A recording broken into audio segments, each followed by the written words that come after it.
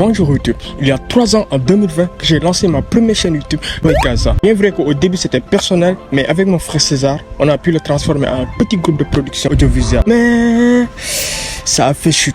Oui, effectivement vous l'avez compris, ça n'a pas du tout marché. Après de longues années de travail et d'acharnement, on a fini par tout perdre. Tout, je vous dis. Bon, pour ceux qui ne me connaissent pas, moi je m'appelle Simon, j'ai 20 ans, je suis sénégalais et je suis passionné de ouf de la création de contenu. Alors je t'invite à t'abonner sur la chaîne et de lâcher un like dans cette vidéo. Alors, dans la chaîne de Boykaza, on réalisait là-bas des sketchs, des courts-métrages, on a même arrivé à réaliser des séries. Et c'était pas mal, je vous dis, car on avait une équipe bien organisée et on se respectait bien. Attention, je vous vois venir. Je sais que vous allez certainement vous demander, mais pourquoi on a échoué si on avait tout ça? Une équipe bien organisée, on se respectait tous et on réalisait de belles choses. Et bien tout simplement parce qu'en dehors de tout ça, on rencontrait plusieurs difficultés. On en parle.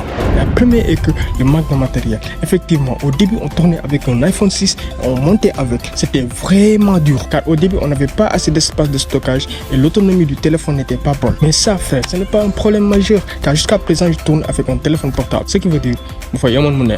La deuxième problème qu'on rencontrait, c'est le temps.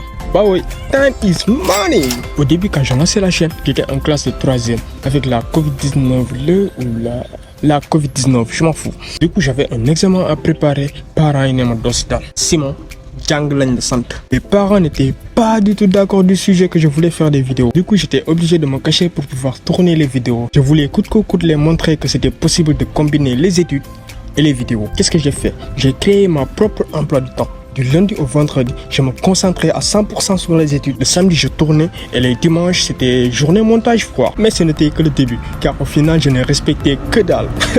Il y avait même des jours qu'on séchait les cours pour pouvoir aller tourner. Juste pour vous dire à quel point on tenait à ça. Après, les parents ont fini par comprendre que j'aimais vraiment ça. Du coup, ce problème est résolu. On arrive au fameux problème.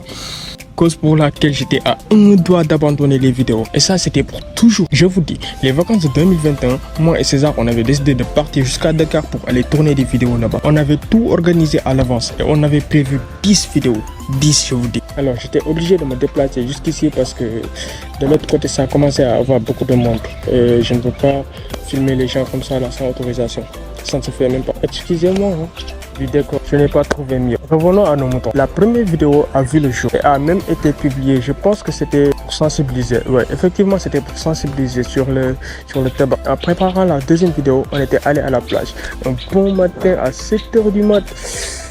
Ça faisait vraiment frais. On était allé à Ponton, c'était derrière le palais présidentiel, juste à côté d'Anse Bernard. Je pense que vous connaissez là-bas. Et arrivé là-bas, on était en train de ranger nos bagages. On s'était bien assuré pour que personne ne nous voie. Et devinez quoi? Il y avait des talibés à bord. Et nous aussi, comme c'était juste des talibés et ils n'avaient même pas 8 ans, nous avons laissé nos bagages là-bas et on est allé traverser Ponton, Anse Bernard. Je vous vois écrit dans les commentaires que nous sommes vraiment des cons. Et effectivement, on avait vraiment fait le coup. Au retour, j'étais éclaté et je ne pouvais plus retourner à la nage. Du coup, j'ai laissé César replonger. Moi, j'ai emprunté les roches. Arrivé à Ponton, je vois quoi? On avait déplacé nos bagages et les talibés n'étaient même plus là. Du coup, qu'est-ce que j'ai fait? J'ai vérifié mon sac et je n'ai pas trouvé mon tel là-dedans.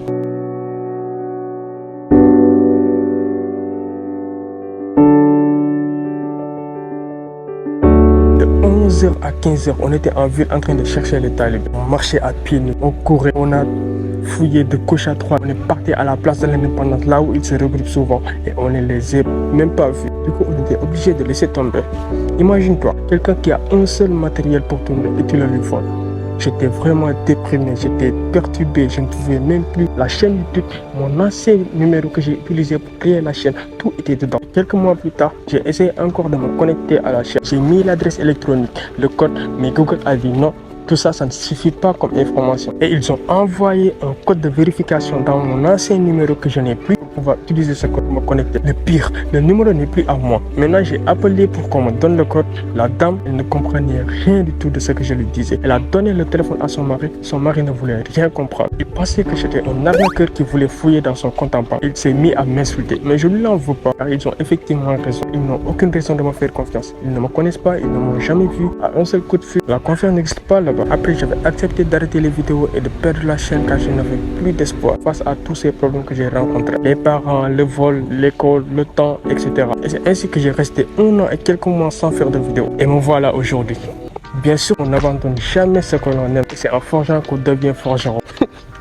le philosophe. Maintenant, on s'est réunis avec l'équipe et on a décidé de créer une nouvelle chaîne et de changer le nom. De toute façon, vous en saurez de plus car on est en train de travailler là-dessus. Maintenant, de mon côté, j'ai décidé de créer cette chaîne pour pouvoir me libérer et de partager mes passions avec vous. Et si ça t'intéresse, je t'invite à t'abonner sur la chaîne afin de rejoindre la communauté. Lâchez un petit like si la vidéo vous a plu et une petite action simple et sympa qui me fera beaucoup plaisir. Dites-moi dans les commentaires si vous aimez ce genre de vidéo, comme ça j'en ferai plus et il y a plein de projets qui arrivent, des projets de ouf je vous dis. Merci d'avoir regardé la vidéo jusqu'ici. Sur ce, on se dit à très bientôt dans une nouvelle vidéo.